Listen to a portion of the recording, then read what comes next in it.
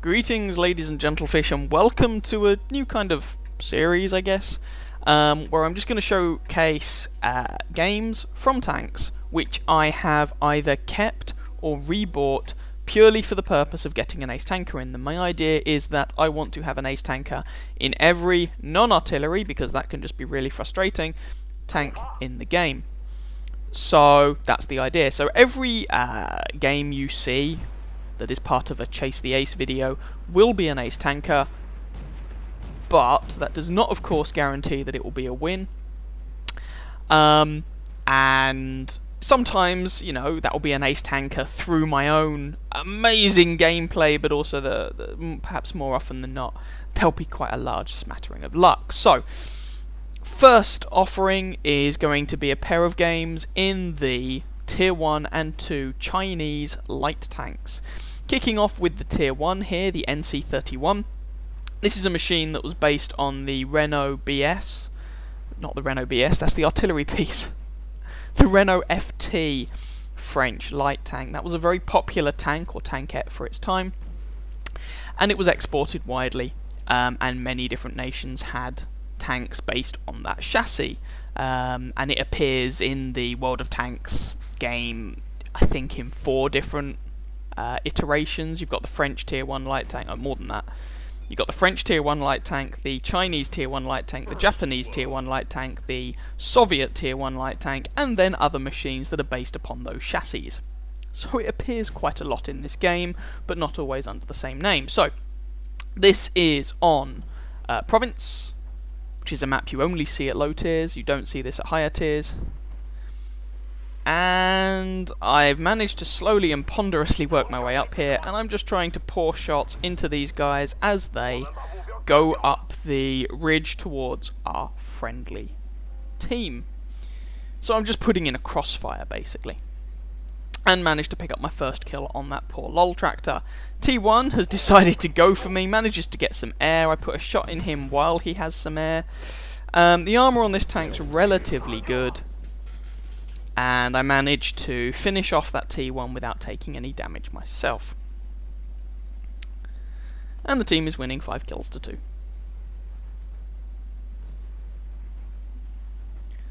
But that guy did get some good air, so I think he deserves a bit of a shout out for that.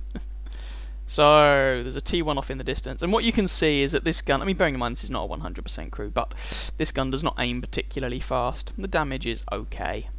The penetration is alright. Frankly, the tank is decidedly underwhelming. It's nothing special.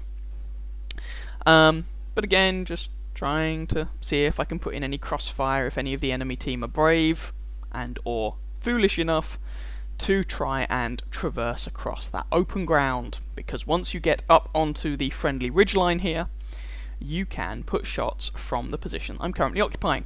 And you can do exactly the same if you spawn on the other side of the map. You can exactly mirror that, and you know, it still works nicely. So nothing appears to be happening. Moving forward into these bushes, turn on the binos and the camo net, and see if we can see anyone. And oh good lord, there's a lol tractor up there.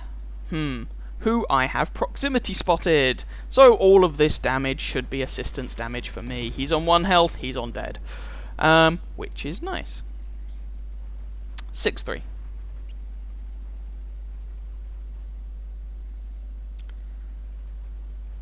And he ended up being killed by the guy in the French Tier 1 light tank, the Renault FT. There's a medium 1. Nice, big, slow target. It might be big, but this gun really isn't very accurate. 1 shot into him. Can we make that a second? Yes, we can. Can we put in a third to secure the kill? That one bounced, I have no idea how. That one picked up the kill though, for kill number 3.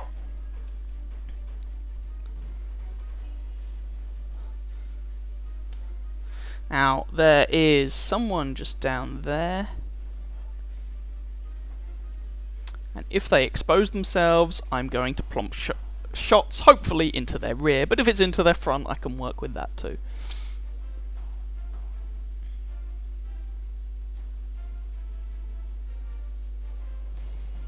So I've gotten very bored, and I'm just moving forwards in an effort mainly... Oh, no, I'm not. I will be soon. I have gotten very bored and moved to the next bush along, I know. What a startling turn of events. And, oh god, there's a medium one up there. Okay, I think I'm probably proxy spotting him. But he is hunkering down behind a rock, so it's going to be quite difficult for my team to put in any meaningful damage onto him. Having said that, the low-tier British medium tanks are the size of Luxembourg and are armoured with chocobo feathers, so maybe they will be able to do something about it. Who knows?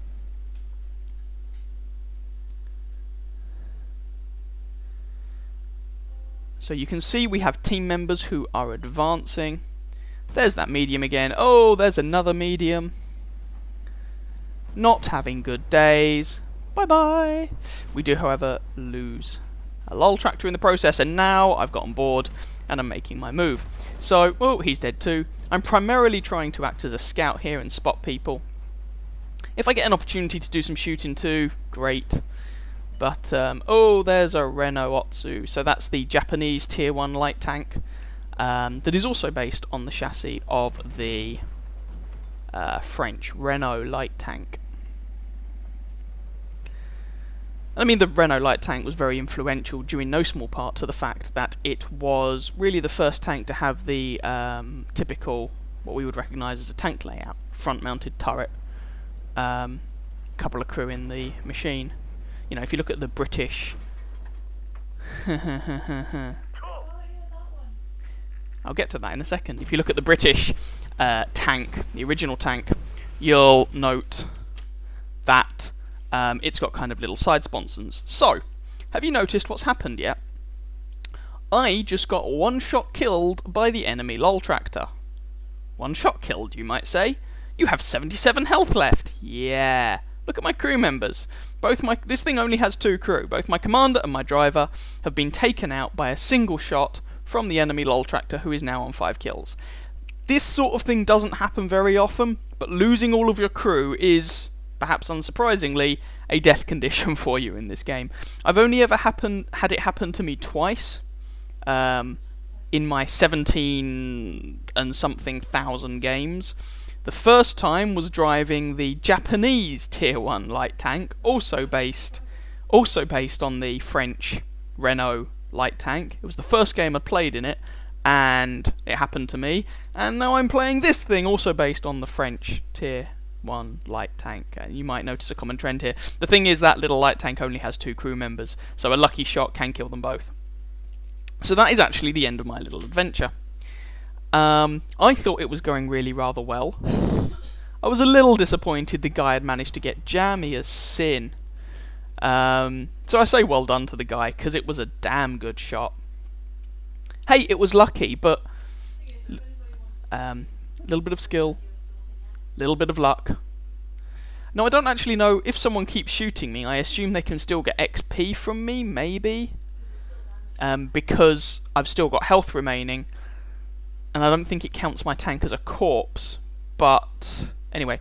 So I'm trying to point out the likely location of where that lol tractor is. I took the shot straight from the front, so he's up on that ridge line overlooking his own capture circle.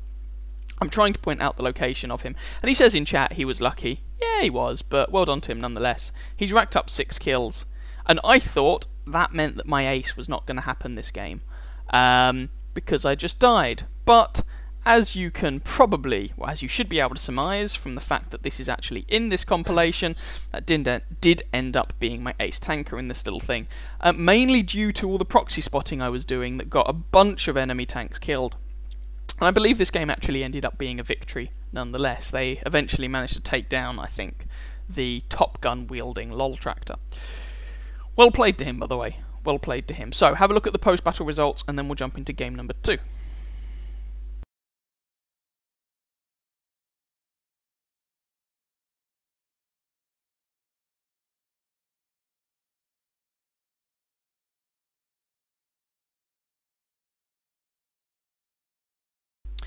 Here is game number 2. We are in the Tier 2 Chinese light tank now, and this is actually the first and only game I played in this, having rebought it specifically to get the Ace Tanker. So, the VAE Type B is based on the chassis of a Vickers tankette that was made by the Vickers company. It's a British machine, but that the British military didn't actually like, and so these things were actually very successful on the export market, but not on the domestic market.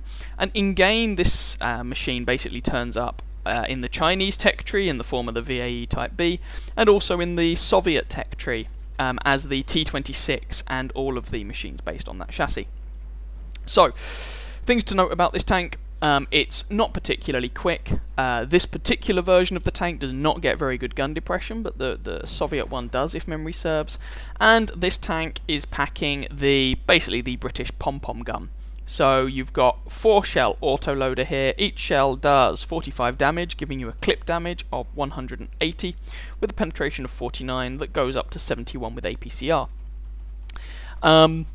Basically, this is a little low-tier autoloader, and it's a little awkward. You don't get much gun depression. At close range, you really can wreck same tier and even tier 3 tanks. But at long range, not so much. You're quite slow, your armor isn't great. It's a bit of an odd mix-up. But anyway, I had jumped into the tank in this game here on Kampanovka. And you can see this is not particularly fast, and I was originally thinking of making my way up the hill with 2 tanks down already. But I have a little bit of a think about that decision. And the thing is, the M2 Light has already gone up to the hill and he hasn't found anybody up there. And I'm slow and ponderous, and so I eventually decide, screw that. Instead, I'm going to head across this field, being careful with cover and whatnot, of course.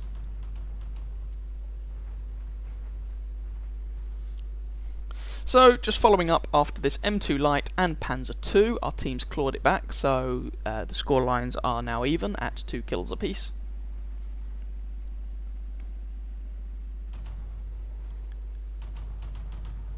That Panzer II has decided that he needs to take down some buildings. And any time now, he is just unloading his gun into me, killing my gunner. He's turned himself blue. He may even have just got himself a ban. Now, well, yeah. What can you do? I could... oh, that shot misses, that's bad. That one goes in, that one bounces, that one goes in, pull back. I could have turned around and team killed that guy, but what's the point? He's blue, so I wouldn't get penalised for it, but what do I actually gain for it? It looks like he's managed to rack himself up an automatic ban by shooting me that many times.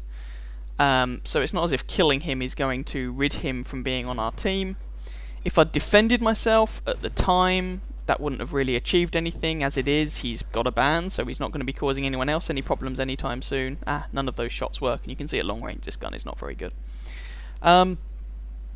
And killing him doesn't actually serve a purpose, but if he's just going to sit there, then he might actually be useful to our team, because he is still, after all, spotting. And so it means I know if anyone comes up behind me. Anyway, there's my list of reasons why I'm not going to actually shoot that guy. I had to use my repair kit to put my gunner back in, which is frustrating, but there we go. It's 1500 credits if you buy it on discount, which I do. So I'm not going to stress myself about that too much. What's done is done. Maybe it was an accident, maybe he has horrific lag, maybe he's just a douchebag. Who knows? Who cares? Moving on with the rest of the game, the scoreline is 8-4. And it is now just me over here on this flank. Our M2 Light has managed to get himself killed, alas. And you can see, looking at the minimap, my radio range is not good enough to be able to be in contact with the guys at our base. And this is a problem you encounter often at lower tiers, and in particular on this map. That you lose contact with the rest of your team because of your cruddy radio range. And this is with the top radio, so you have to be a little bit careful. I could pull back and be passive, but I've got an autoloader. I can clip anyone that I might meet. I'm actually feeling relatively confident about this, as long as I'm careful about how we approach it. We just lost a T-18 to a LOL tractor, so well done to that LOL tractor. And our T-18 says in chat, "Lol, hacker." More likely than not, he's not a hacker, you just don't know what you're talking about. And I managed to clip their artillery for kill number 2. And reload my magazine. There's the enemy VAE Type B, and I've got this ridgeline now right behind their base, which I can use to harass them and generally make their day go badly. And if the enemy team comes at me one at a time, then I get to giggle like a schoolgirl and kill them one at a time. There's the VAE in question. Gun depression fail. 1 into him, 2 into him, 3rd one misses, 4th one goes in. Fluffed that 3rd shot, but let's not worry about that too much. Hopefully by the time he comes around the corner, I'll be reloaded and I'll be able to give him the good news. He puts 1 shot into me and I kill him and reload the magazine straight afterwards. There's just a T-18, T-7 combat car and an M1, so a medium 1 left. T-7 combat car can be a threat to me. He has that little machine gun. Fluff the 1st shot, 2nd goes in, 3rd goes in, 4th kills him, and oh god, I've been caught reloading by this medium 1, which is a problem. Can I reload in time to kill him? Yes I can, and that's the game. 5 kills, as it turns out, exactly 500 damage, and despite the best efforts of our Panzer II, who actually survives the game despite his best efforts to hinder me, managed to pick up an ace tanker in that little thing. So, a nice short game for you there, showing you a little bit of low-tier autoloader action. I hope you guys enjoyed that pair of replays. Whether you did or not, there's going to be more Chase the Ace videos. A lot of them will be lower tier because I've rebought some of the lower tier tanks specifically to pick up an ace tanker on them, but there will also be some, so far, some mid-tier action a little later on. Anyway, that was the tier 1 and 2 Chinese light tanks. As I say, I hope you enjoyed it. If you did, please feel free to catch some of my other videos and or subscribe to my channel, and I wish you very happy hunting on that battlefield. Ciao ciao.